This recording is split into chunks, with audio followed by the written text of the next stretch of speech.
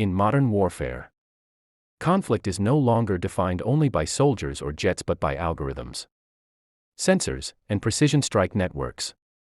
Imagine a high-tension scenario where multiple military powers enter a rapid escalation phase. The first wave begins with coordinated long-range strikes launch platforms spread across sea, air, and land. Cruise missiles and stealth aircraft work together, targeting command hubs, radar nodes, and logistics centers with surgical precision. Each strike is not just a physical impact, it's a data-driven operation. Satellites confirm coordinates. Drones adjust targeting paths in real time. And AI-assisted systems evaluate damage within seconds.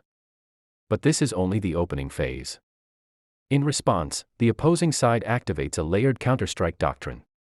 Swarms of drones, ballistic missiles, and electronic warfare systems are deployed simultaneously.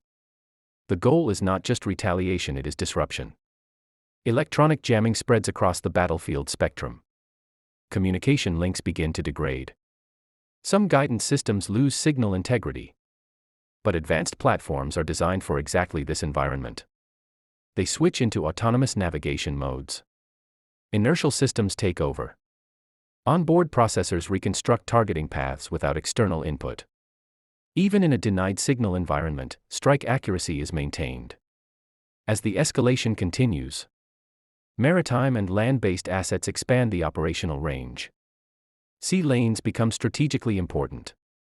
Energy routes, supply chains, and communication corridors are placed under pressure. At the same time, information warfare intensifies. Conflicting reports emerge from multiple sides, each claiming success, each disputing losses.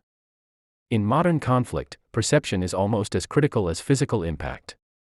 International systems respond with emergency diplomatic engagement. Economic markets react instantly, especially in energy sectors.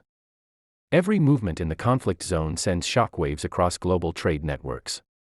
Meanwhile, military analysts focus on one key question: how far can autonomous